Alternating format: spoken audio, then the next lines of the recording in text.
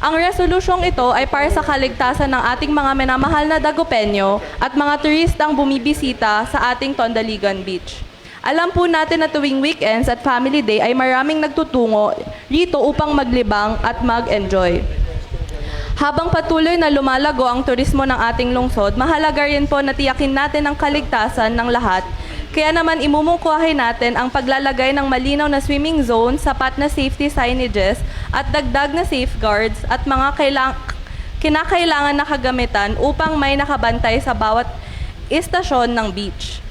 Alam po natin ang nangyaring insidente sa batang atleta mula sa Ateneo na maraming pangarap at magandang kinabukasan. Tayo po ay umiiwas na may mangyaring katulad nito sa ating lungsod. Sa pamamagitan ng hakbang na ito, mas mapapangalagaan natin at buhay at kaligtasan ng ating mga minamahal na Dagupenyos at bisita.